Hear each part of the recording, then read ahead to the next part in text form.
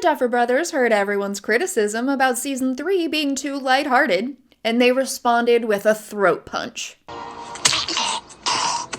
A lot of boomerang storytelling in this one, but I will do my best to group things together. Chapter 1.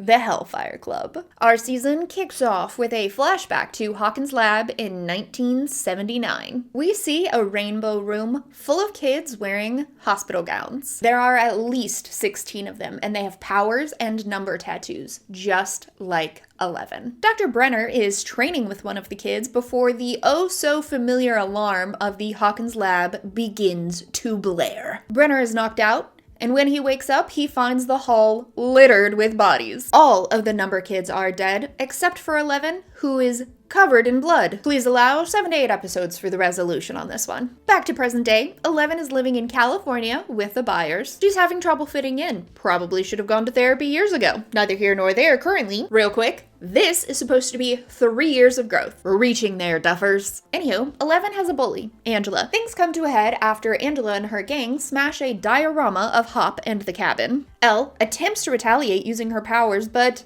they're still gone, making her look like a freak. Jonathan is turned into a pothead. He's having relationship problems because Nancy was supposed to visit for spring break. She canceled to work, and he isn't going to visit her because he's waiting on his college acceptance letter. And Will is searching for an actual arc this season. Joyce is in encyclopedia sales, so she's at home when a package from Russia arrives. It's a creepy Russian doll. She calls her least favorite Russian expert Murray, and he advises her to break the doll open. Inside, she finds a serial killer note saying that Hopper is still alive. Mike and Dustin are in a D&D club called Hellfire, run by a new character named Eddie. He's an eternal senior who's a bit intense. Tonight is the end of a semester-long D&D campaign. Mike and Dustin are in charge of finding a substitute for the club, which they find in Erica, Lucas's sister. The campaign, Vecna's Curse, goes off without a hitch. The group needed a substitute because Lucas, who's also in the club, ditched to go to the championship basketball game. He's moving apart from Mike and Dustin. He's tired of being a nerd and he wants to be popular now.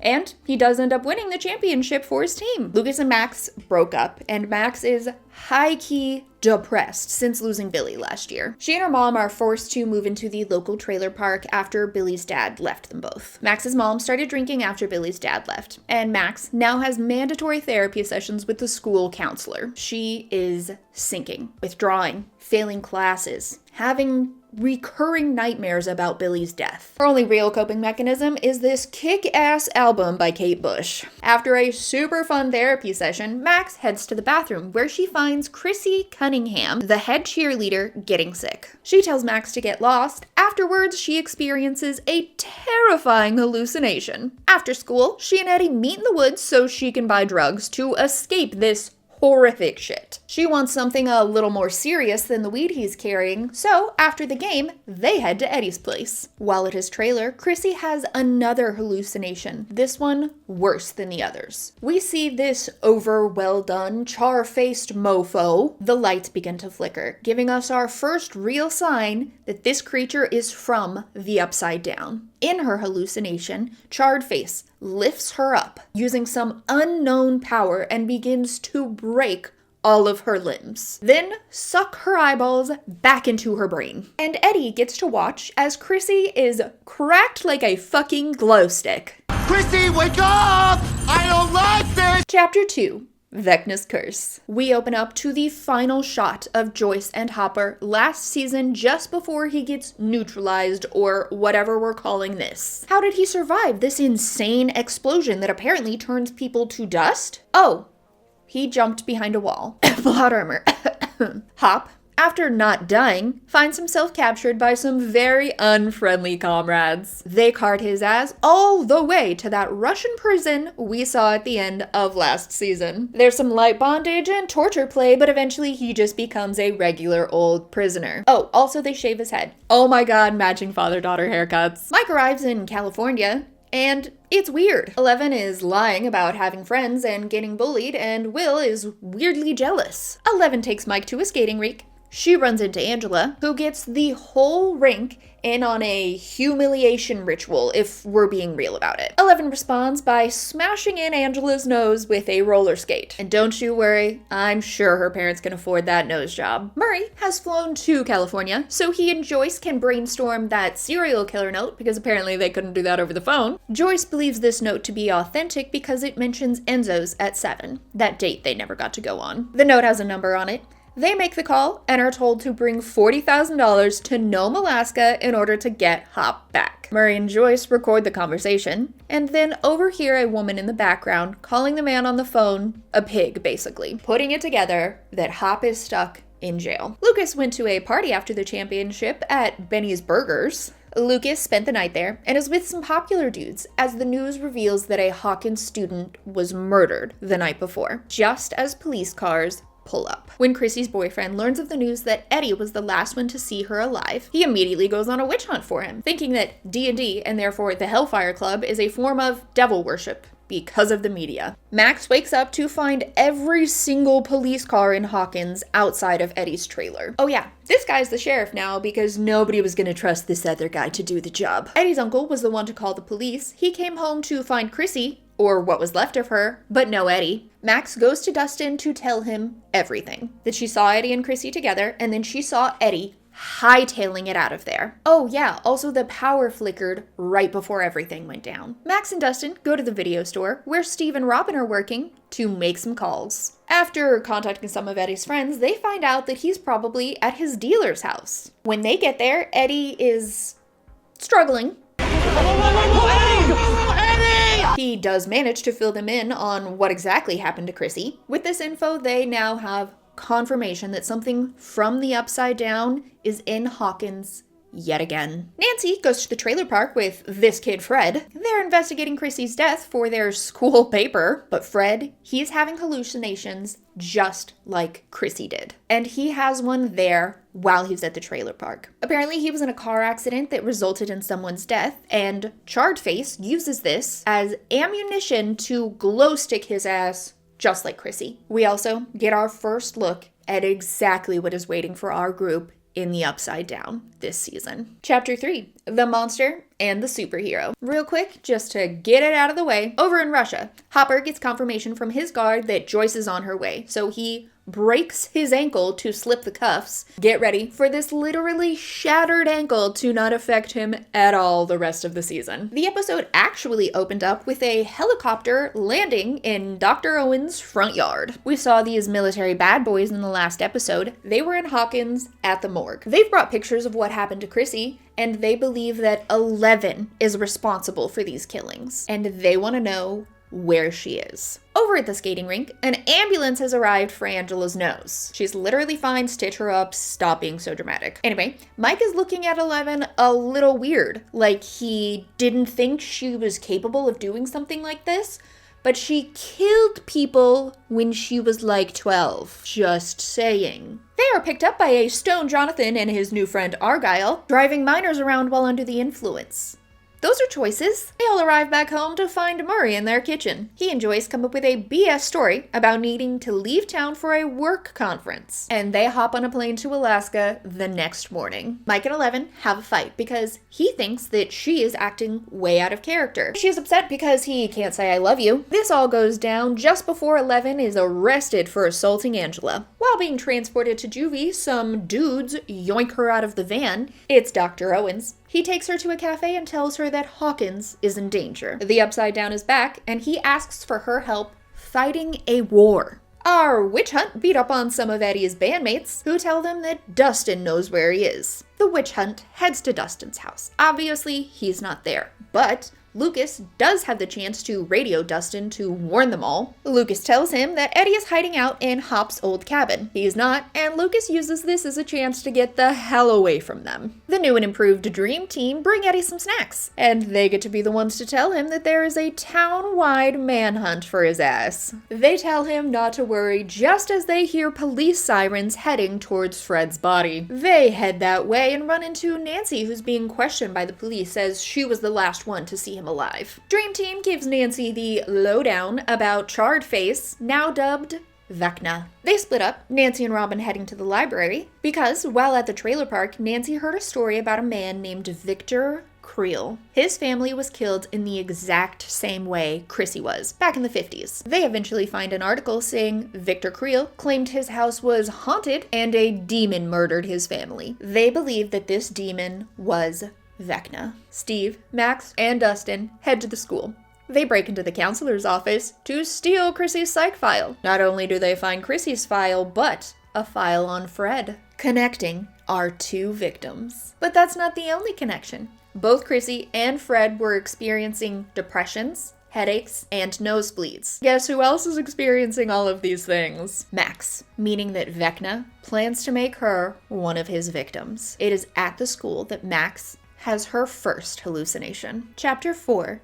Dear Billy. Joyce and Murray arrive in Alaska, met by an absolutely unhinged man named Yuri. He's in cahoots with our guard and will be the one to fly them to Russia to go get Hop. They hand over the money. He tells them to cop a squat because he is about to count all $40,000. At the prison, Hop makes a harrowing escape, beating the crap out of people, blowing shit up, riding a snowmobile. He makes it all the way to the safe house only to be immediately captured and taken back to prison. Hopper's Russian guard was betrayed by Yuri. That coffee he gave Joyce and Murray was laced. He called the prison and gave them up for a huge reward. In Cali, Owens has a team of people watching over the Byers house. They're told 11's fine, but you're all under house arrest. They order a pizza to use Argyle as their great escape. They think they hear his van pull up, but really, it's the US military shooting up a house full of children. Proud to be American. Thank God for convenient plot lines, because Argyle arrives just as our group is carrying out a bullet-riddled, unnamed agent guy. At the school, freshly out of her Vecna hallucination, Max tells everyone about her connection to the victims and how she's on the hit list. Given the timeline of the other victims, it's likely she'll be KO'd by the next day. Lucas meets up with them at the school, and they all get on the same page. That page being, we are getting fucked from both sides. Jason's witch hunt and Vecna. The dream team splits up again. Robin and Nancy pretend to be grad students writing a thesis, getting the head of the nut house to let them talk to Victor Creel. They tell him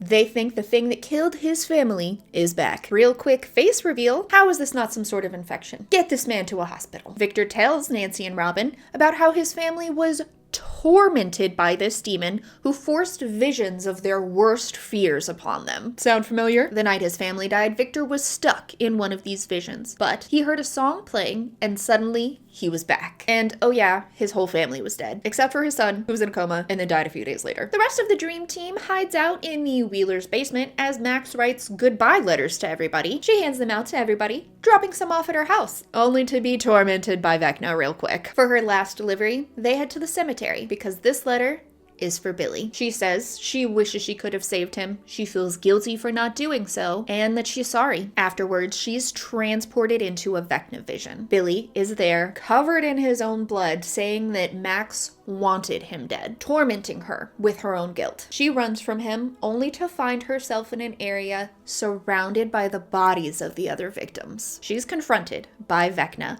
who begins to lift her up just as he did his other victims. Dustin is able to reach Robin and Nancy, who tell him to play music for Max. Running Up That Hill by Kate Bush plays as Max sees her friends. Connecting to her memories with them, she manages to escape. It is this, and only this, that keeps Vecna from killing Max then and there. How's that for too comical, you little shits? Chapter 5. The Nina Project. Back with the pizza party, our unnamed agent guy tells them to go warn Dr. Owens. He dies in the back of a pizza van, but not before giving them a pen. They bury him in the desert and realize that that pen has a piece of paper inside of it, written on it a series of numbers. Not for a phone, but for a computer. 11 is brought to an underground bunker in the middle of nowhere. It's an old missile silo that's been converted into a secret base for something called the Nina Project. Also, Dr. Brenner is alive. Dun dun dun. Dr. Brenner's like, hey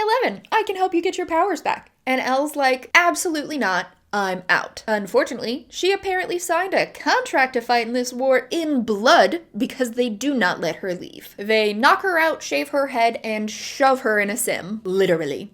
They shove her into a simulation of her own memories because there's something from her past that she's forgotten. She's back in the rainbow room with all of the other number kids. Also, this guy's here, but it's Jamie Campbell Bower, so nobody's mad about it. He is pretty much the only friend and ally that 11 has there. All of the kids there are being tested by Dr. Brenner, just like 11 was in season 1. Only she's kind of the runt and not doing so great. Also, she keeps having these super chill flashbacks to blood-covered hallways that are making her seize out. Has the girl not been traumatized enough? When she wakes up, she realizes that she has enough power to escape, but only just enough. It's then she realized that this process is going to work, and she fully commits. Our comrade Yuri is flying a tied-up Joyce and Murray to the Russian prison. They manage to get free. Unfortunately, Murray knocks out Yuri, so he can't land the plane, and it crashes. Max is drawing some of the things that she saw in her Vecna vision. Nancy puts it together that Max is drawing pieces of a house that Nancy recognizes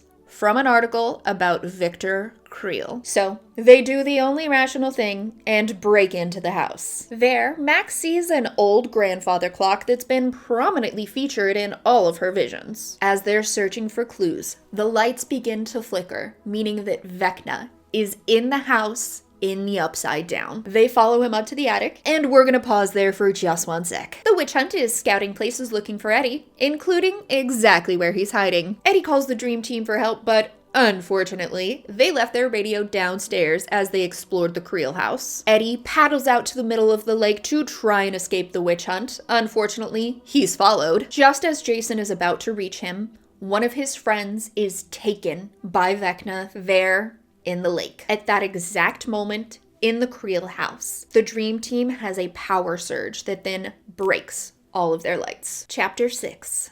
The Dive. At the Byers house, in the last episode, unknown agent man is taken by the military and tortured. No one is surprised. They want to know where 11 is. But my guy is not budging, so they put him in the oven coffin. Brenner pushes 11 further into her memories. There, Jamie Campbell Bower, whose name I missed, tells 11 about number 1, who according to Brenner, doesn't exist. To have full control over her powers, Jamie tells 11, find a memory that makes you angry and sad, reminding her about her mother, who tried to come get her. He also tells her to be suspicious of those around her. This turns out to be good advice almost immediately, as she's attacked by some other kids. She continues having flashes to all of the number kids being murdered, and she wakes up thinking that she is the one that did it. Pizza Party make a beeline for our favorite hacker, Susie, so she can, do computer stuff. She uses the info on that little piece of paper to find Nina's location, and the Pizza Party are back on the road. Over in the motherland, Hop and several other comrades, including his now imprisoned guard friend, are fed a dinner to fatten them up because there's a monster that needs feeding. Hop's brewing a plan though, and he steals vodka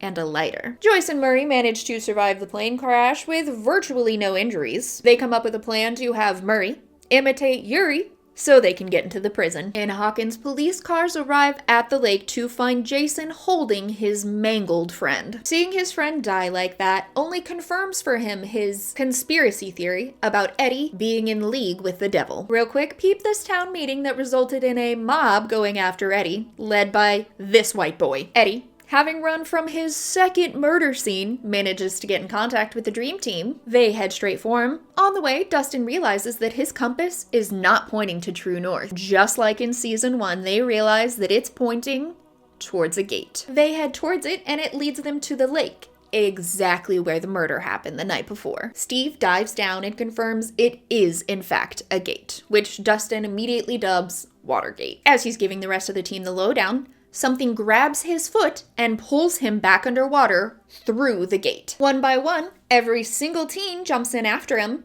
so now they're all stuck down there. Also, a bunch of freaky upside-down bats bite Steve. Can you spell rabies? To make matters worse, the cops decide to show up right then, forcing Dustin, Lucas, and Max to lead them away from the lake. Chapter 7.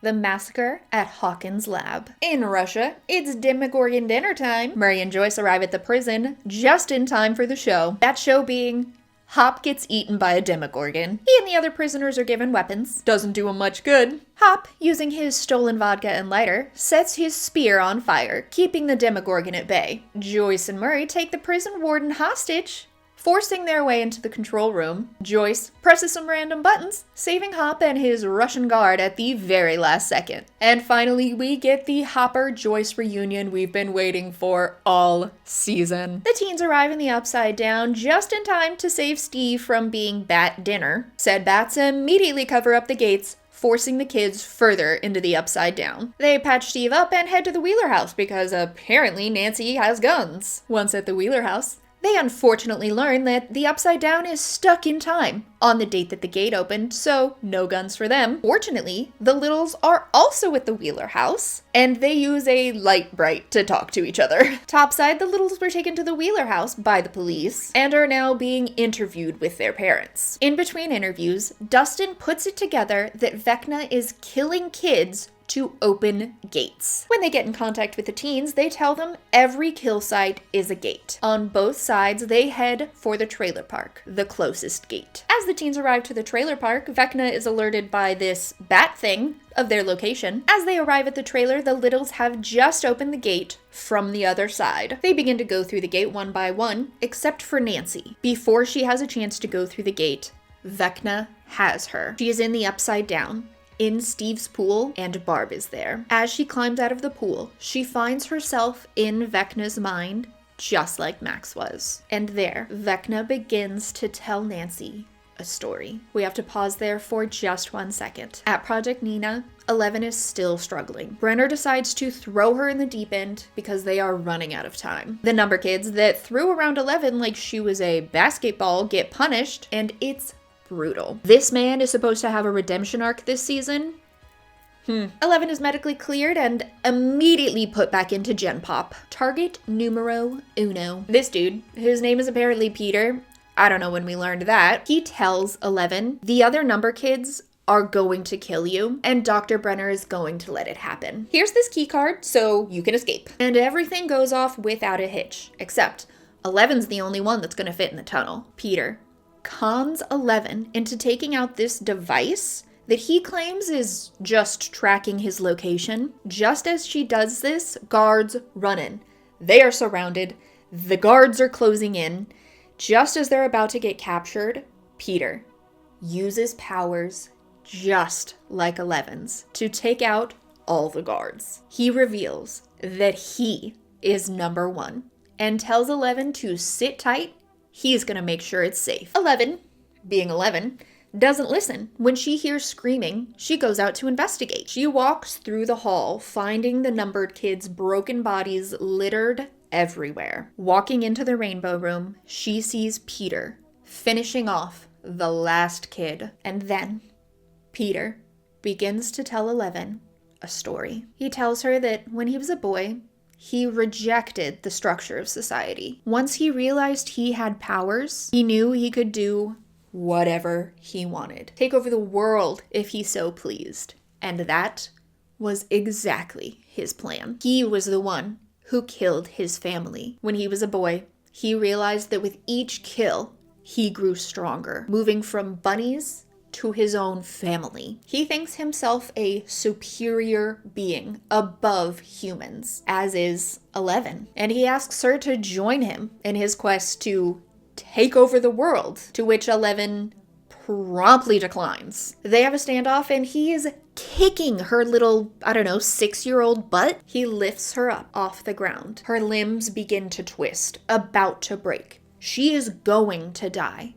Until the thought of her mom allows her to overpower Peter, pushing his body through a portal in time and space. As he falls, we see him get electrocuted, becoming a charred version of his former self. As Peter is telling his story to 11, Nancy, stuck in the Vecnavision, follows a young Henry Creel as he torments and finally murders his own family. Afterwards, his death was faked by Dr. Brenner. Henry Creel is Peter. Peter is one, and one is Vecna. Chapter 8. Papa. Our Russian comrades are screwed because earlier Joyce was smashing buttons and now the Demogorgon is loose. Oh, also the Russians are doing this, and I think this is supposed to be a piece of the Mind Flayer. Anywho, they all break out of prison and entrust Yuri with hatching their escape. They've done better as far as plans go. As the pizza party drives to Nina's location, it is heavily implied that Will is in love with Mike. Ow! You fuck? Which one of you did this? Why are you hurting the children? At Nina, 11 is now turbocharged since she remembered the most traumatic thing that's ever happened in her life that she desperately tried to repress. The Duffers just won't give this girl one moment of peace. Brenner and Owens show 11 that 1 is in Hawkins killing people. Brenner says that 1 is attempting to push the Upside Down into the real world using Hawkins as a doormat. 11 has just enough time to see how truly screwed all of her friends are before the government busts down their door. Because in the last episode, our extra crispy unnamed agent man was fresh out of the oven. His cook time loosened his tongue, and he told them where 11 was. There is a huge showdown.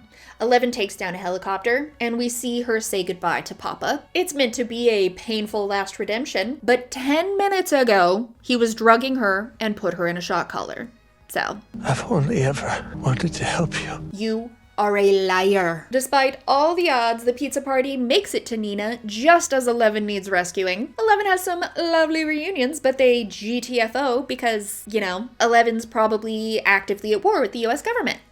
Nancy, while stuck in Vecna's curse, is shown the destruction he plans to rain upon Hawkins. And then he says, "Tell 11 I said, boo, bitch." Vecna lets Nancy wake up so that she can tell the rest of the group how fucked they really are. Because once he kills Max, all of this will begin to go down. Their plan: as Vecna is killing Max, they will sneak into the Upside Down Creel house and kill him before he finishes off Max. There's absolutely no way that plan will go wrong. They gather weapons, great idea, except the witch hunt happens to see Nancy, Mike's sister, Mike, who's in Hellfire with Eddie, so they are on high alert. Armed with a range of homemade weapons, they head to the Creel house to hatch their plan. Chapter 9.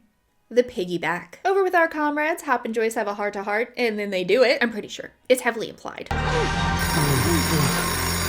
They get in contact with Owen's people who tell them their kids are in big trouble, so they hatch a plan to break back into jail. They're gonna kill some upside-down monsters as a distraction for the kids while Yuri fixes their ride home. Half of the dream team hops into the Upside Down. The Downsiders, Nancy, Steve, and Robin, head to their Creel house. The Topsiders, Max, Erica, and Lucas, already at their Creel house, confirm that Vecna is inside. Erica heads across the street to be the communication between the Top and the Downsiders. Once the Downsiders arrive at their Creel house, they move on to the next phase of their plan, the bait stage. The Topsiders head into the attic, where Max lures out Vecna by admitting her deepest, darkest secrets. That at times she had wished Billy was gone. That she feels responsible for Billy's death.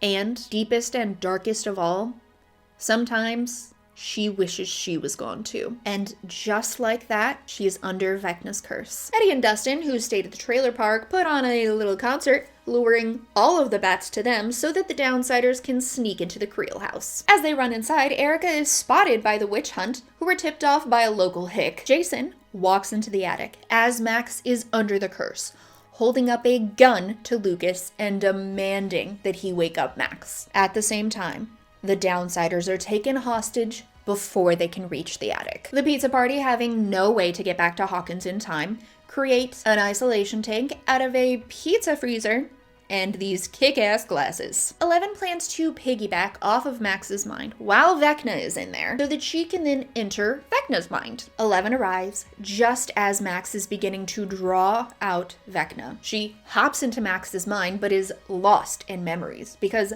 Max is lost in memories. Vecna attempting to push her towards her darkest ones, but she forces her way into a memory of the snowball dance from season 2. It's there that 11 finds her. Just in time too, because Vecna is ruining her pretty memory with these blood balloons. Rude.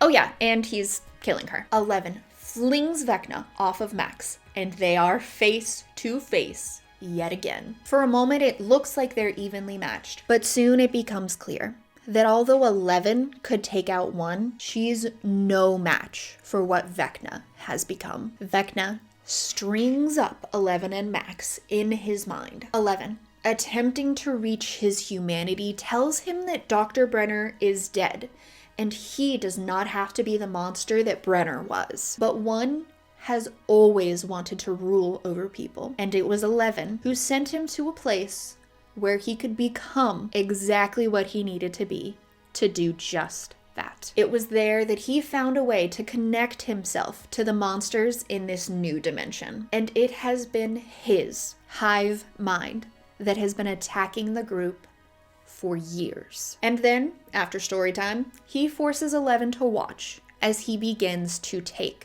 Max. Topside at the Creel house, Lucas does the only thing he can and charges at Jason even though he has a gun. They fight, but Jason ends up with his hands around Lucas's neck as Vecna begins to lift Max into the air. Mike screams for 11 to keep fighting as Lucas shoves Jason off of him to go to Max, but it's too late. Max's eyes go white, then both of her arms and legs snap. Our comrades have lured all of the monsters in the Russian prison to the fighting pits, where they begin to light them up, causing enough damage that Vecna releases his hold on Max and the Downsiders. And for good measure, Hop decapitates this Demogorgon. 11 in his mind, and the Downsiders in the upside down, face down Vecna. He falls from his spider web in flames, pelted with Molotov cocktails and buckshots. He lands in a burning pile outside the house, but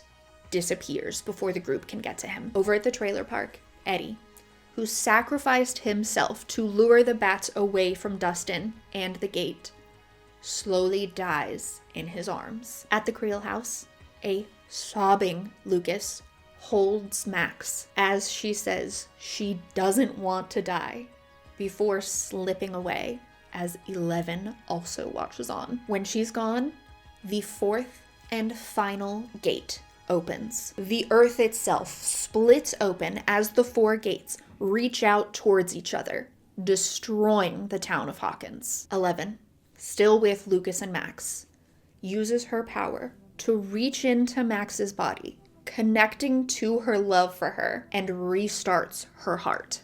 2 days later, the pizza party arrives in Hawkins as the townspeople flee. They reunite with most of the dream team at the Wheeler house, meeting up with the rest of them at the hospital with Max. She's in a coma, and the doctors say she might not wake up. While helping out with disaster relief, Dustin is forced to be the one to tell Eddie's uncle that he's dead. The entire world thinks that he killed Chrissy, and they will never be able to know the truth. This was such a rough season. I think the only good thing that happened was that Robin might get a girlfriend. I'm being so serious, because Jonathan and Nancy are being awkward. Will has this unexplained connection to Vecna, and he knows that he's still alive. And finally, 11, while searching in Max's mind, finds nothing.